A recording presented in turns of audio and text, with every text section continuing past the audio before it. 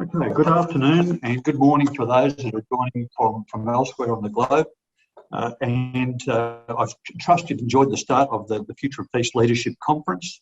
Certainly I enjoyed the opening plenaries with Tillman Ruff and Emma Leslie. This conference is hosted by Rotary as part of Rotary's centenary celebration events.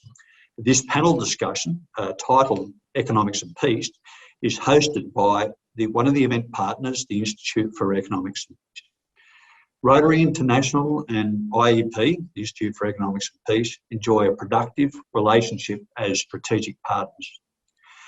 Through this relationship, we progress peace education and peace projects globally. Today's panel is about economics and peace. We'll undertake to deepen your understanding of the relationship between sound business and peace. We have a great panel prepared for you today. We'll start with Steve Killalea, the founder and executive chair of the Institute for Economics and Peace. Then Tony Stewart, the CEO of UNICEF Australia, who, as many of you will be aware, has an important relationship with Rotary as well.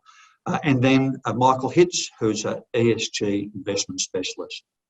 So the format is each of the speakers will have 2 minutes to present, and then we'll go into a Q&A. So as we're operating in Zoom meeting, if you have any questions, I ask that you place your questions into the chat box. As it's in webinar meeting, we don't have a Q&A box, so please place any questions into the chat box. Okay, so it is now with great pleasure. Just another housekeeping rule. If I ask you to stay muted, that would be helpful, being conscious that we're in meeting, so we don't have any interference. Certainly, if we open up a question to you, then I'll invite you to unmute. Okay, it is now with great pleasure that I introduce the first speaker, Steve Killalea, who will talk on business in peace. So just a brief introduction to Steve.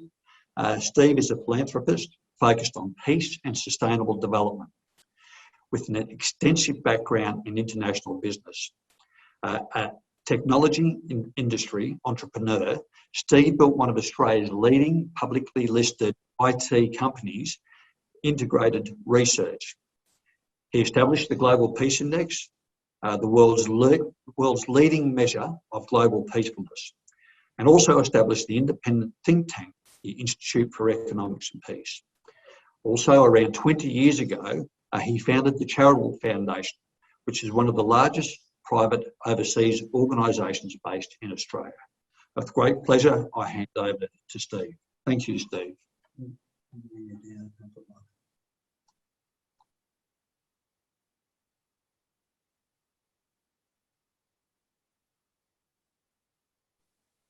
Well, thank you for that introduction, Charlie. And it's very good here to be with everyone. And I must admit, having a strong background in business and then following on and establishing the Institute for Economics and Peace, sort of one of my focuses has always been the intersection between business, peace and economics. And sort of I went back when I first founded the Institute for Economics and Peace.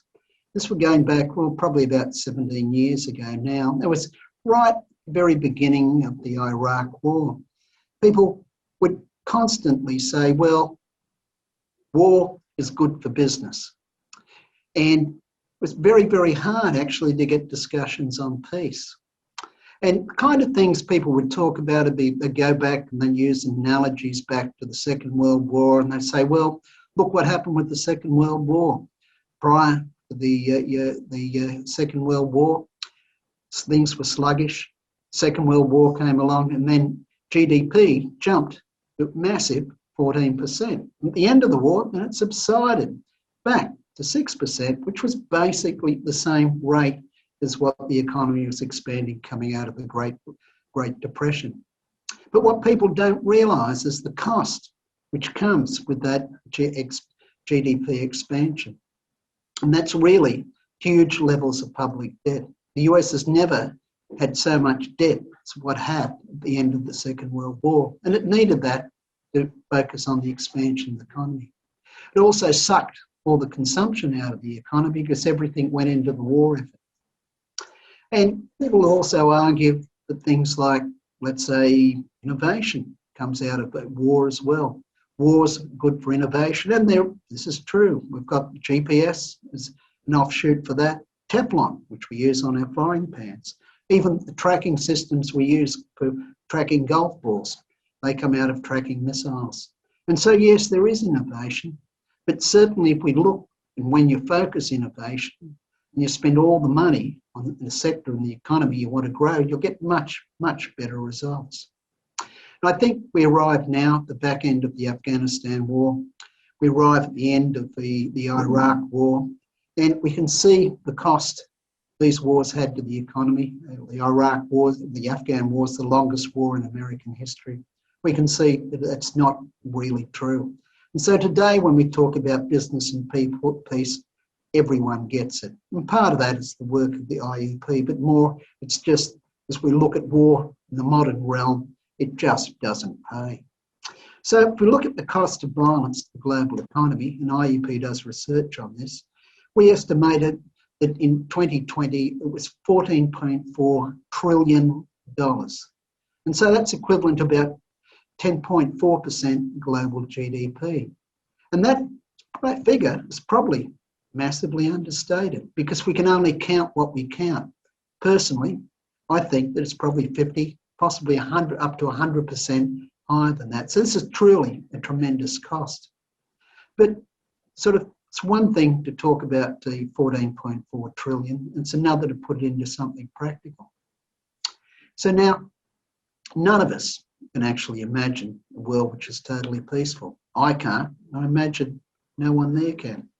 But we can all, very simply, imagine a world which is 10% more peaceful.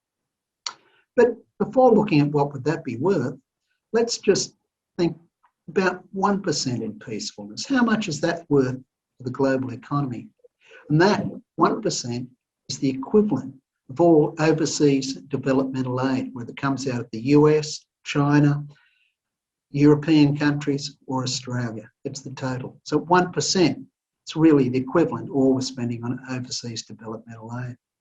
And 10%, that'd be the same as adding 3 new economies to the world, the size of Switzerland, Ireland, and Denmark. Another way of looking at it, if we look at all foreign direct investment in 2020, that was about the same amount as well. So what we can see, these are huge sums and small reductions in violence, or the cost of violence, really has massive payback for the global economy. And now if we look at the makeup of that 14.4 trillion, 40% of it is really the military. And that's the largest single expense. But one point of optimism is that if we start to now look at that, what we find is over the last decade, 60% of the countries in the world have actually reduced their military expenditure as a percentage of GDP, and about the same number have reduced their numbers of troops. It's a few nations which really make up the bulk of the expenditure. And they'd be countries, let's say, like particularly the US and particularly China. Now, let's come down and get just a little bit more practical on business and peace. So here's just some of the things highly peaceful societies are associated with. So highly peaceful societies are better educated societies. Their business environments are much more competitive. Therefore, they're much better to be able to compete with low peace countries. They're politically much more stable. Similarly, they have much lower levels of corruption. And would you believe that their energy prices are cheaper as well? So if we're looking at electricity, for example.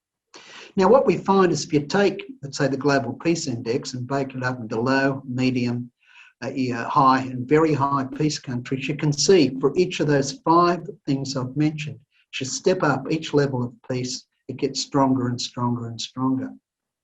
But if we start to now look at some of the factors which are associated with business environments, and these are macroeconomic factors. So what we did is we took the top quartile, the Global Peace Index, went back to 1960 and compared it to the bottom quartile, the Global Peace Index, we found that over that period of times, GDP growth on average each year was 3 times higher in the highly peaceful countries. And that, when you take it out and extrapolate it over 60 years, is a lot. But we also took it over a 12-year period and crunched it in another way and somewhat different. And what we found is for every 1% improvement in peace, there was a 1.9% improvement in GDP. So again, you can see strong relationships there. So we went to the World Bank, even ease of doing business measures, now started to correlate them into statistical analysis. What we find is they're highly statistically correlated with peace. So the ease of doing business improves along with peace. Interest rates in countries which are high in peace are much lower than countries which are lower in peace. We also find the countries which are high in peace, their inflation, the countries which are low in peace have 3 times, on average, a higher inflation rates. And those inflation rates, would you believe it, 10 times more volatile. So again, it comes back to showing that peace creates a more stable environment, which is obviously better for business investment. Even when you're looking at currencies, you can find for every 1% improvement in peace, you also see a strong improvement in currencies. They increase by 1% as well. So currency appreciate in high peace environments, and that's simply because of the relationship back to peace. And finally, we now have another slice at GDP, and this time we'll look at the countries which are improving in peace compared to the countries which are deteriorating in peace. And there we find the GDP growth is 7 times higher. And so that really is truly remarkable. I'll just take 1, possibly 2 more minutes, and then I'll finish up. So the question, does peace create a stronger business environment? Or does a stronger business environment create peace? The answer is neither. You're looking at a systemic cycle where one feeds the other. But it comes into a lot of things. It's just not business and peace. There are a whole series of systemic factors which come together. And we call that positive peace, or the attitudes, institutions and structures which create and sustain peaceful societies. And they're things like well-functioning government, strong business environment, equitable distribution of resources, high levels of human capital, acceptance of the rights of others, low levels of corruption, free flow of information, good relationships with neighbours. And so what we can see from looking at these systemic effects is it's not that peace creates a good business environment or good business environment creates peace. The same conditions which come out of a system which create for a strong business environment create for a strong peace environment. And the same conditions which create for a strong peace environment also create for a strong business environment. So therefore, in many ways, when we look at positive peace, it's a mechanism for being able to understand how societal systems operate. And what we can say is positive peace in many ways creates an optimal environment for human potential to flourish. And that is something we all want. Thank you for your time. Thank you, Steve. So, Steve has dedicated some 15 years of his time to, and his resources to the Institute for Economics Peace over the last 15 years. Steve has a fascinating backstory, and he's only just touched on the depths of some of his work. I encourage you, Steve has recently released a book which is autobiographical, and it touches on a lot of the issues that Steve has spoken about today, and it certainly dives deeper on his experience in positive peace. So Peace in the Age of Chaos is Steve's book. I highly recommend it. It's a highly reviewed and a fascinating read if you're interested in learning more of the story of Steve Killeday and the Institute for Economics and Peace. So now I have great pleasure to introduce Tony Stewart. I've said before that certainly Tony's no stranger to many Rotarians and to Rotary. Tony is currently joining us from New Zealand. His focus this afternoon for his conversation will be about his experience of sustainable peace building through economic development. So Tony is the Chief Executive Officer of UNICEF in Australia. Prior to joining UNICEF, Tony was the Group CEO of the National Roads and Motorists Association, NRMA, which is Australia's largest membership organisation. Previous roles include CEO of the Sydney Airports Corporation, the Director of Development at Manchester Airport, and General Manager at BA British Airlines. So Tony is the Chair of the Australian Charities and Not-for-Profits Commission Advisory Board, and also a founding director of the Business Council Cooperatives and Mutuals. He's also a fellow of the Australian Institute of Company Directors. He holds a Bachelor of Commerce degree from the University of Canterbury. So thank you for joining us, Tony, and over to you. Well, thank you very much, Charles, and good afternoon, Rotarians. I'm across the ditch. I managed to get on the first flight out of Australia, but I did bring something with me in my suitcase. And Stephen, I know you're rather a humble bloke, but I'm going to say, you won't believe, but I've brought your book over here, and this is unprompted from Charles and I. And I have to say, it's an incredibly good read, and I would also recommend it. Stephen, you really make the point of peace being a universal value that we should all adopt. You've given a great introduction of the linkage with business. But peace isn't just about business, it's about humanity. And in UNICEF, we're in a world where it's probably less about the economic, but about the human impact. And we know without a shadow of doubt the positive impact that peace has on a child's education, on a child's health, on a child's safety, on a child's well-being. And we'll talk more about that. But again, Stephen, it's a great book. Now, I have the privilege to lead the UNICEF Australia team, and it's an incredible privilege this year because of our partnership with Rotary in your centennial year.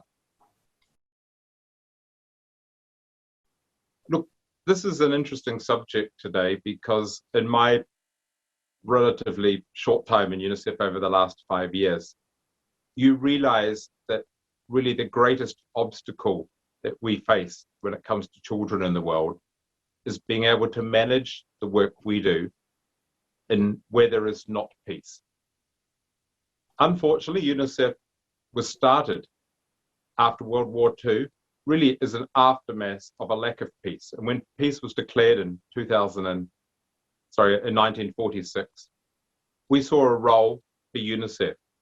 75 years later, that role is still there.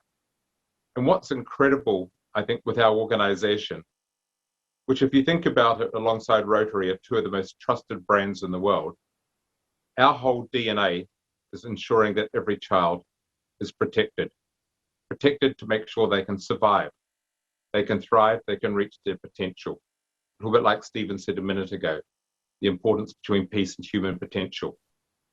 But 75 years later, we've seen incredibly big strides around education, nutrition, health, but there has been something holding us back, and that has been the lack of peace and the profound impact that that has on our business. And I guess the terrible thing has been watching the increase of conflict and its direct impact on children. At the end of last year, we could really talk about the last conflict, unfortunately, as a deadly decade. There was a threefold increase on attacks on children, an average of 45 violations happening a day. To think that people could bomb classrooms, could use children as weapons of war is just abhorrent, and yet it continues.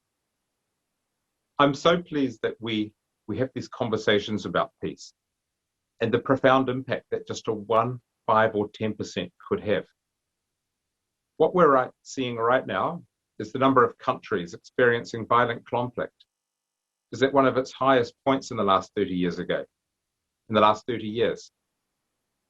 And in every one of those countries, I have colleagues at UNICEF, whether it's Yemen right now, Somalia, Afghanistan. It's the UNICEF team who are actually on the ground trying to ensure that every child gets a vaccination, every child gets education. It's an extraordinary thing to be seen in a war zone and to see that UNICEF is providing children with education equipment.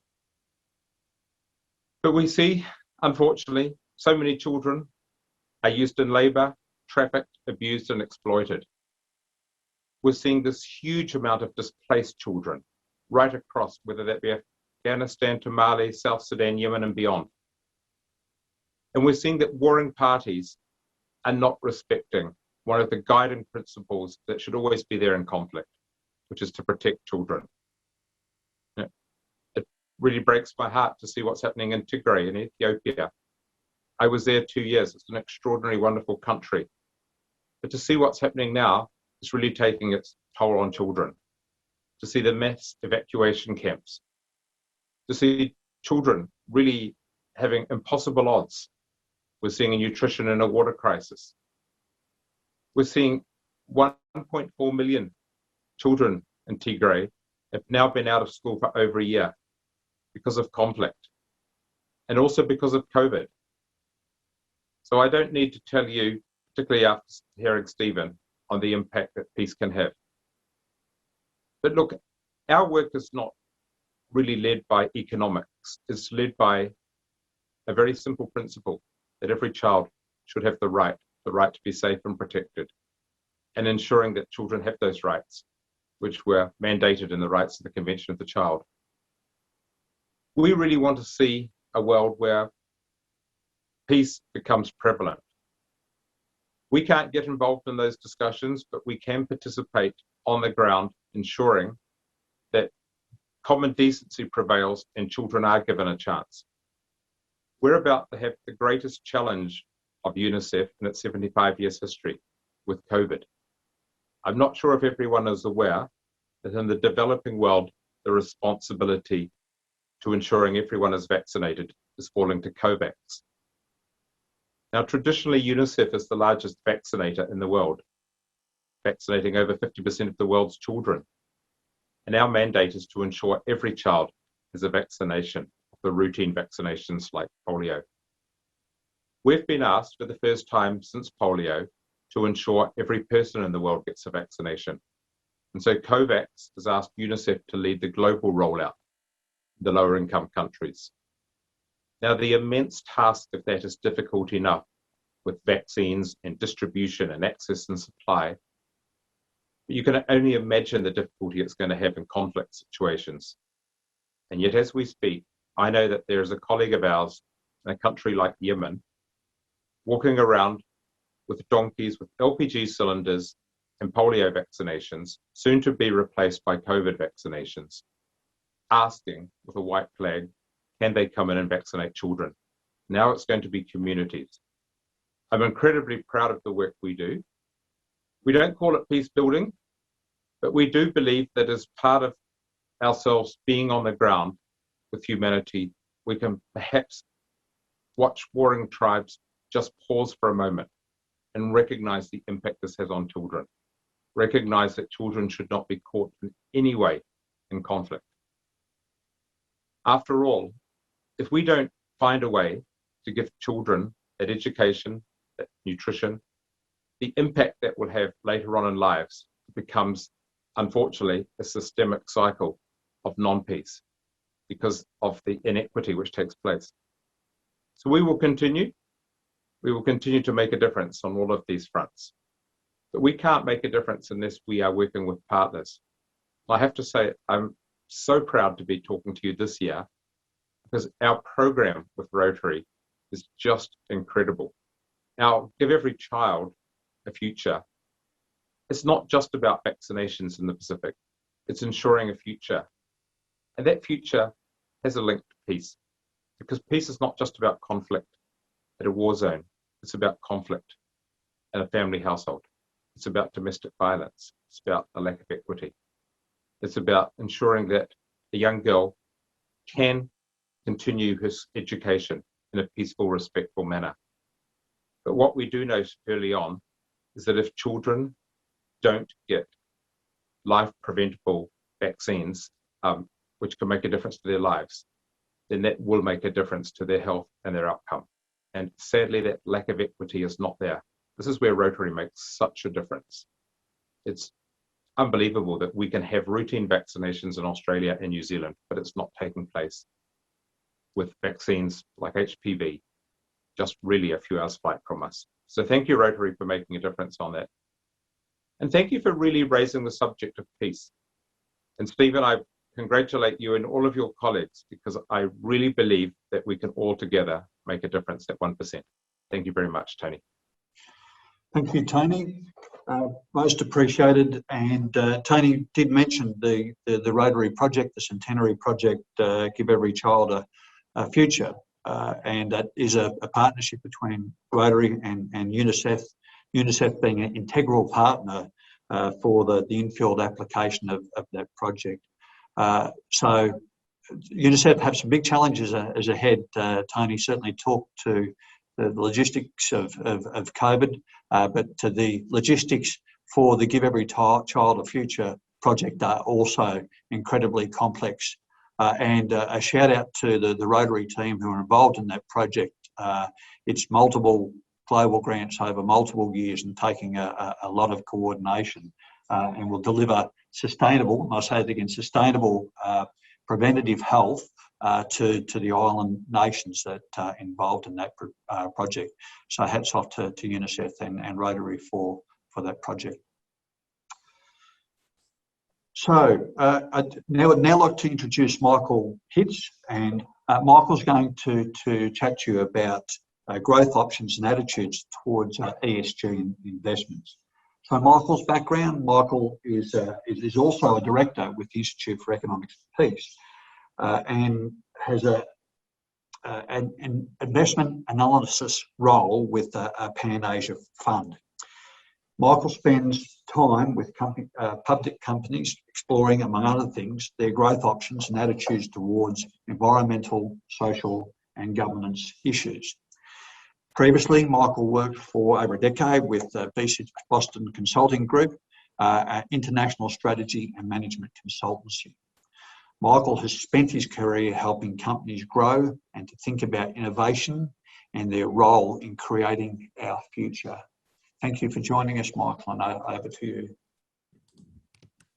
Thanks so much, Charlie, and thank you, Tony and Steve, for your comments on this panel as well, and to Rotary, UNICEF and IEP for inviting me. It might seem like an unusual placement on this panel, but I think it's deeply relevant. It's a really exciting time for growth, for economics and for peace.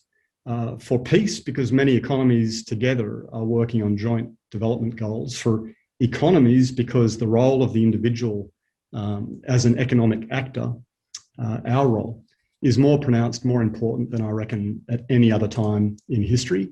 And for growth, because yes, interest rates are low, but information flow is fast, innovation's accelerating, and there is real pressure now, real pressure, something I can't emphasize enough, on companies to focus on ESG.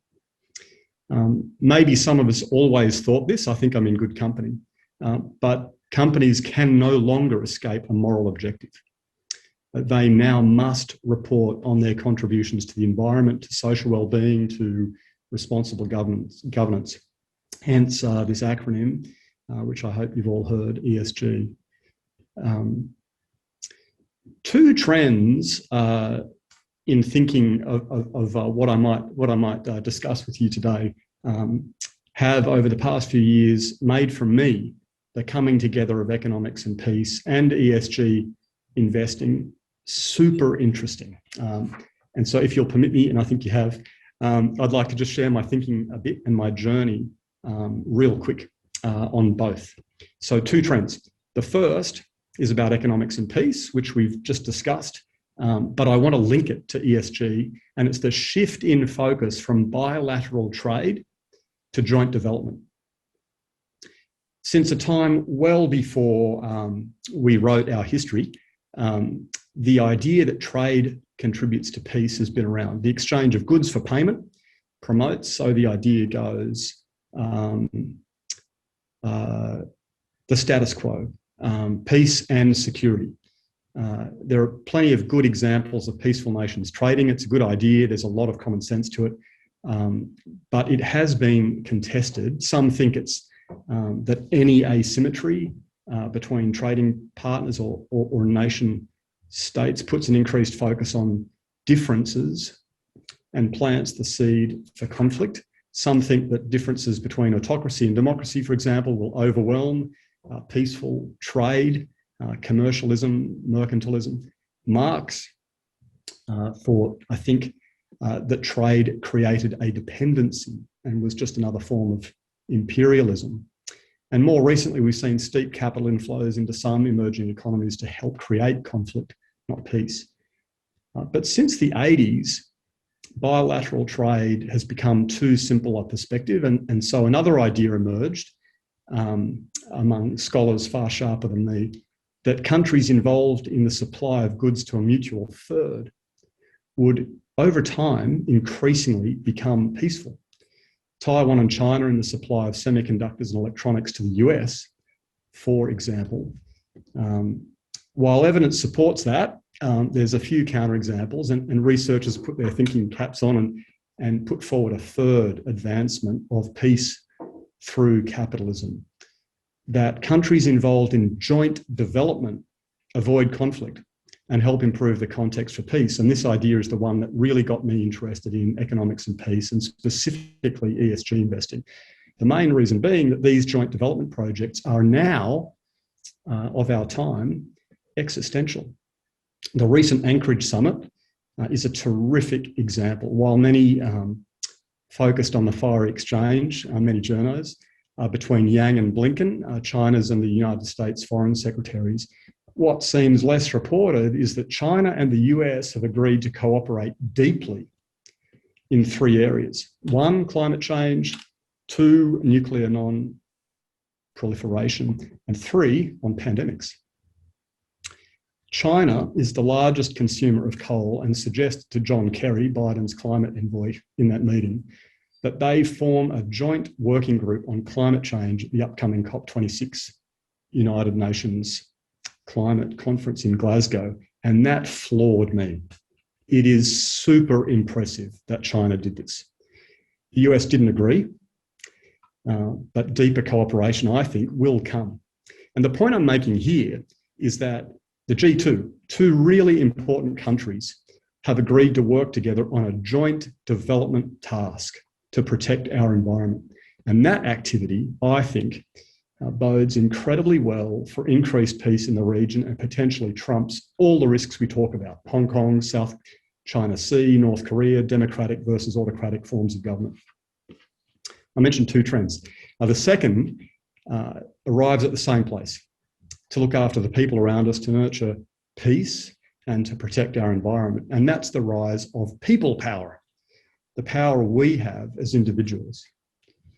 Bushfires, increasing and graphic media coverage that I can't seem to escape every day of issues that stem from race, from gender, inequality, corporate governance, combined with, and bear with me, low interest rates, low commission stockbroking, superannuation choice, and more time at home during COVID have, I reckon, increased substantially the actions we as individuals, as asset owners of our superannuation,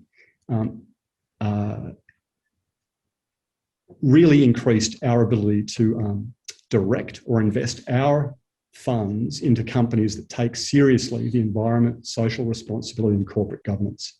ESG is now being taken more seriously than ever. As individual shareholders, we are the reason for that. We are becoming increasingly active. In the past 12 months, the number of shareholder resolutions where 10% of shareholders voted against company resolutions increased from 46 to 53%. May not seem much, it is. Low inflation rates have also reduced the cost of speculation. So individuals and institutional investors have higher discretionary savings and higher borrowing power. Higher savings and lower borrowing costs work together to reduce the cost of speculation. And guess where individuals and institutional investors are speculating? Mostly in high growth technology stocks, but coincidentally, high growth technology stocks have high ESG standards. And thus we have a virtuous feedback loop for ESG investing. As a result, whether by intention or side effect, we are collectively punishing, for example, stocks that might make money, but that don't behave well. Or in the case of AGL, that behave incredibly well, but invest in thermal coal. AGL was trading at $22 3 years ago, now it's worth $9. AMP's share price was $5.20, now it's $1.20. Crown, $13, now $12. Westpac, $31, now $25. And I hope you're all aware of some of the social and corporate governance scandals surrounding the last couple of those names. No surprise then that companies that govern well outperform those that don't. Companies with high governance scores beat the market by 3.4% on average over the last decade and have beaten those with low governance scores by 11%. If you and I had asked our super funds 10 years ago to put $10,000 into companies with high governance scores, we'd have made $28,000 more than those who put them into companies with low governance scores. This matters. The difference is more stark when looking at how large companies treat their people. These numbers are all published. We have access to them all. A social score considers factors like safety, diversity, staff turnover, staff engagement, absenteeism, the things that Tony mentioned, actions against modern slavery, human trafficking and child labour. And large companies with high social scores generated a cumulative return of 44% since 2011. Not that that number matters too much, but it's a big number.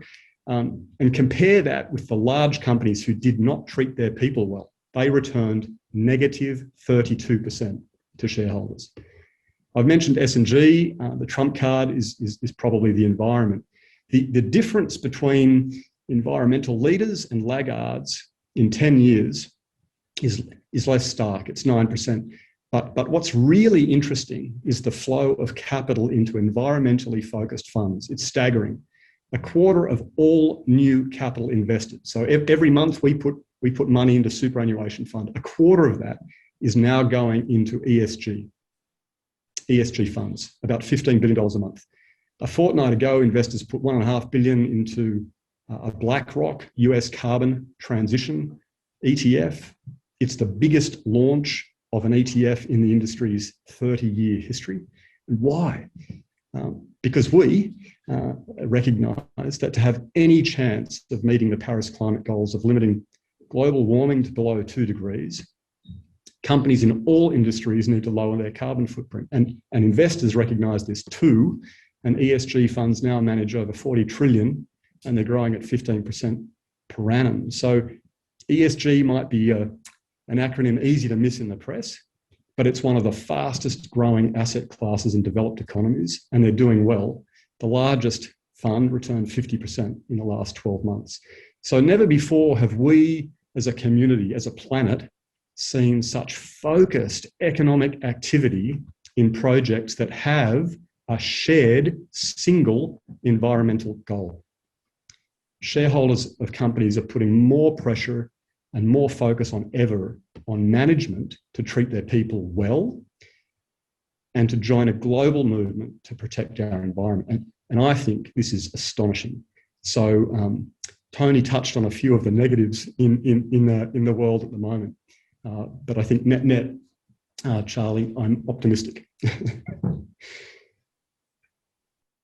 Thank you, Michael, and some fascinating numbers there. So please, if you have any questions, please enter those into the chat box. We did have some questions that were submitted prior to the event kicking off today. So I will start with those. And the first question will go to Steve. And I think this is a question that's often asked of Steve. And why is it that a businessman, why the shift? Why the Institute for Economics and Peace?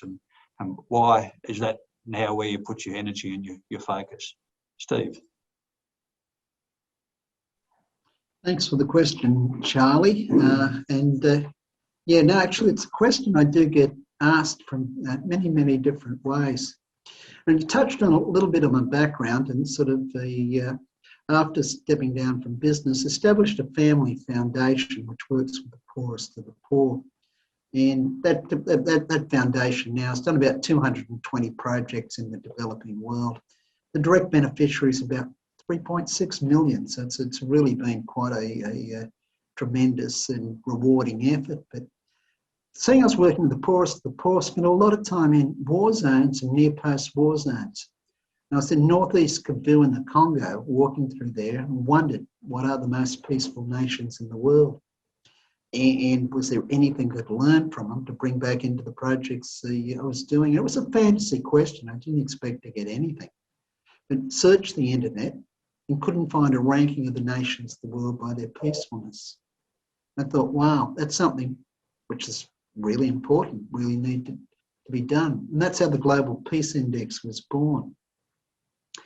And sort of kicked it off and then hired a PR company to publicise it. And the first release, we got great publicity all around the world. And what I realised on the journey was that if you can't measure something, can you truly understand it? If you can't measure it, do you really know whether your efforts are helping you or hindering you in achieving your goals? You just simply don't. And so I started to study and look at peace more.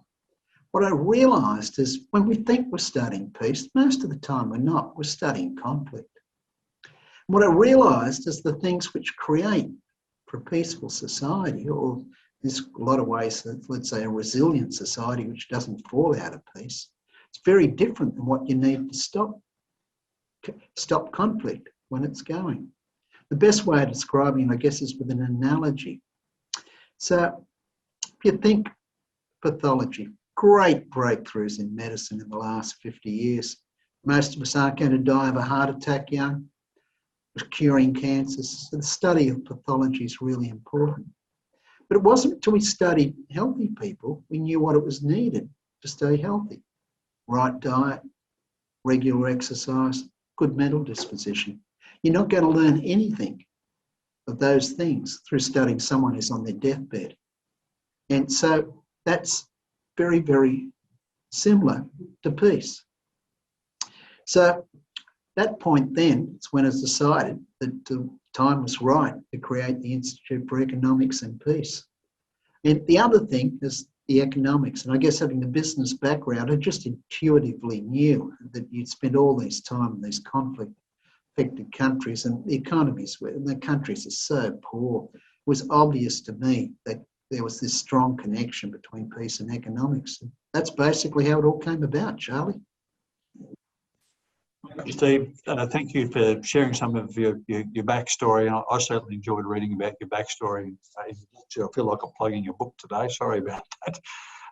So now just noticing in the chat box a question which is directed towards Michael.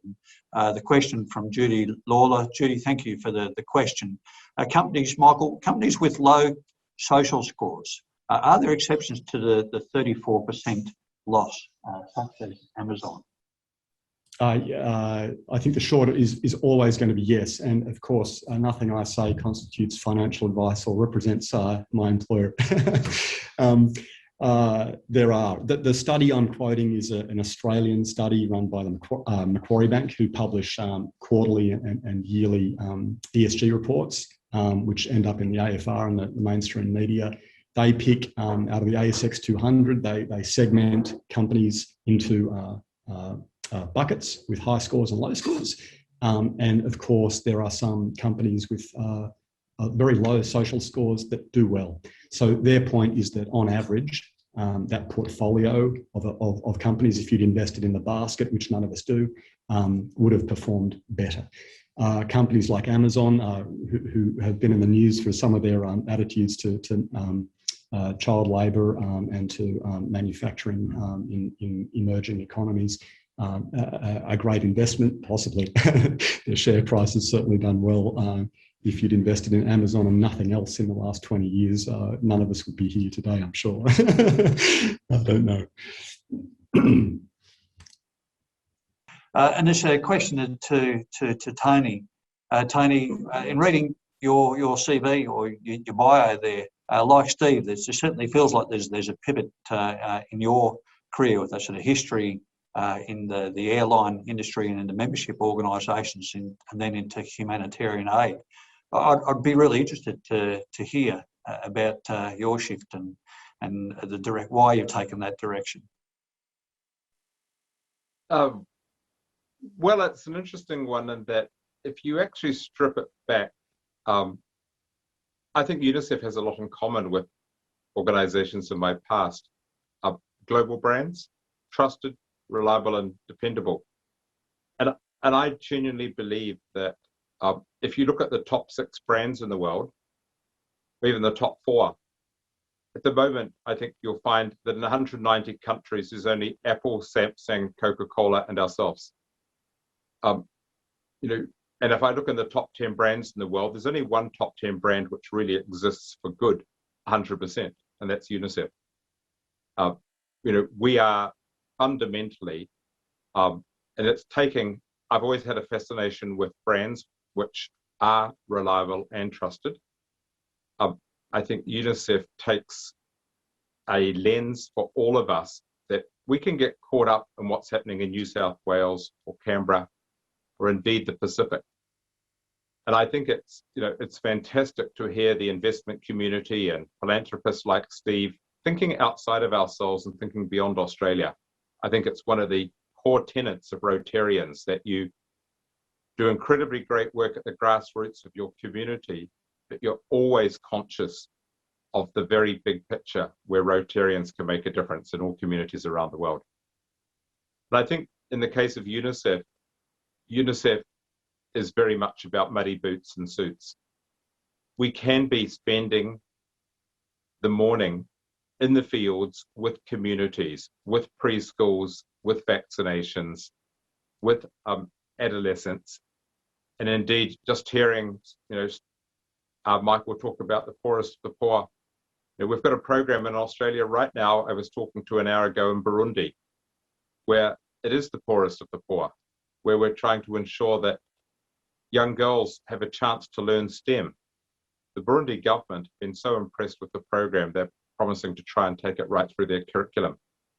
But I think that was solely funded from Australia. And I think, but a lot of us just don't think about outside of our own countries. And I think that I've had the great opportunity being part of partnership with Rotary, the partnership with UNICEF, to see that we're all small cogs on a very big wheel. But whether it's investors with ESG, whether it's the Partnership for Peace initiatives, I think if we're all making a difference at a small cog, the wheel will turn towards peace. Thank you.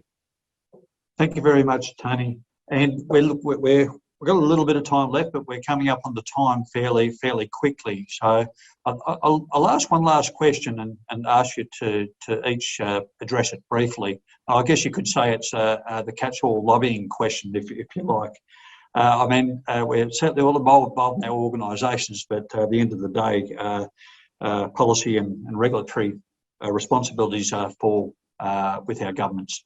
So the question is, given this conversation, what do you see as the single most important thing that a government could do? I'll start with you, Steve. It's hard, Charlie, to bring it down to one thing. But look, if I was to say the one thing I'd try and emphasise is that we need a new way of thinking. And if we're looking at our government's thinking cause and effect, okay, here is a problem. What was the cause? Let's change the cause. As I was giving my talk earlier on, I talked about peace and business and the enabling environments. They come out of systems and systems thinking, and there are many things you have to tackle simultaneously. So quite often we can see when you look at the governments, they'll focus especially on higher education, especially on business. But the research we've done at the Institute here shows us if you focus on those two things exclusively, you're more likely to increase conflict within society. So we need to be able to think broader in our vision. And one of the ones that really focus on is equitable distribution of resources. And that doesn't mean equal. It's not a concept of communism or socialism. It's a concept of what is the social contract. And so if we're looking in many of the Western nations at the moment, we're finding working conditions are eroding.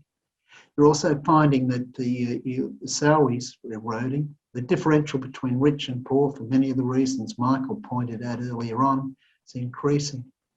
So we need to start to think broader than simple slogans, which we think resonate with the voting populace, and start to view our societies as systems and work in it from many, many different angles. And that's where I always come back to positive peace, is that gives us the lenses through which to look at societies, see how and where we should structure our actions. Yeah, Steve, same question to you, Tony. What is it? What is the most important thing that our governments could do to aid this discussion? Sorry about that. We've lost Tony. I could see his internet was getting a little bit flaky there. So, Michael, I'll switch to you and pose the same question. You've got an opportunity. What is you see? Like Steve, there are so many great answers to that question. If I had to pick one, set a net zero target. This government is failing to join in an international multilateral endeavour to do that, and I think we're missing out on enormous benefits as a result, from innovation to jobs to investment, and all of that means we get to increase our foreign aid budget, which comes to a potential second answer to your question, if I can be cheeky, which is and it addresses a question on the chat as well, which is to work with other governments to set joint development goals for countries where we think we need to increase levels of peace and reduce conflict and promote the economic benefits that other countries who've gone through that transition enjoy. Thank you, Michael. So we're coming up on time, and it would be remiss of me. Steve has spoken to some of the research of the Institute for Economics and Peace, and certainly Michael and Tony are aware of the research and the power of the Research Institute for Economics and Peace. I really encourage you. All of the research of the Institute for Economics and Peace is freely available on our website, Vision of Humanity. But another way to really get an understanding of positive peace and develop your thinking on positive peace is the online Positive Peace Academy, which you can access by the Vision of Humanity website. If you Google it, it will come up. It's a free resource. You can use it for yourself, use it amongst your networks, use it if you're an educator. It's a great free resource. So I'd like to thank Michael, Tony and Steve for joining the discussion this afternoon. I've certainly enjoyed the discussion this afternoon. Particular thanks to Tony, who I know is in New Zealand and has some family commitments there, so it's great that he was able to join us. And I also thank all of the Rotarians, the Rotary family and the community who have joined this webinar. Thank you, everybody, and I encourage you to join the final plenary, which will be kicking off in about 5 minutes. So you'll have to log out of this session and log on to the final plenary site. Good evening and thank you.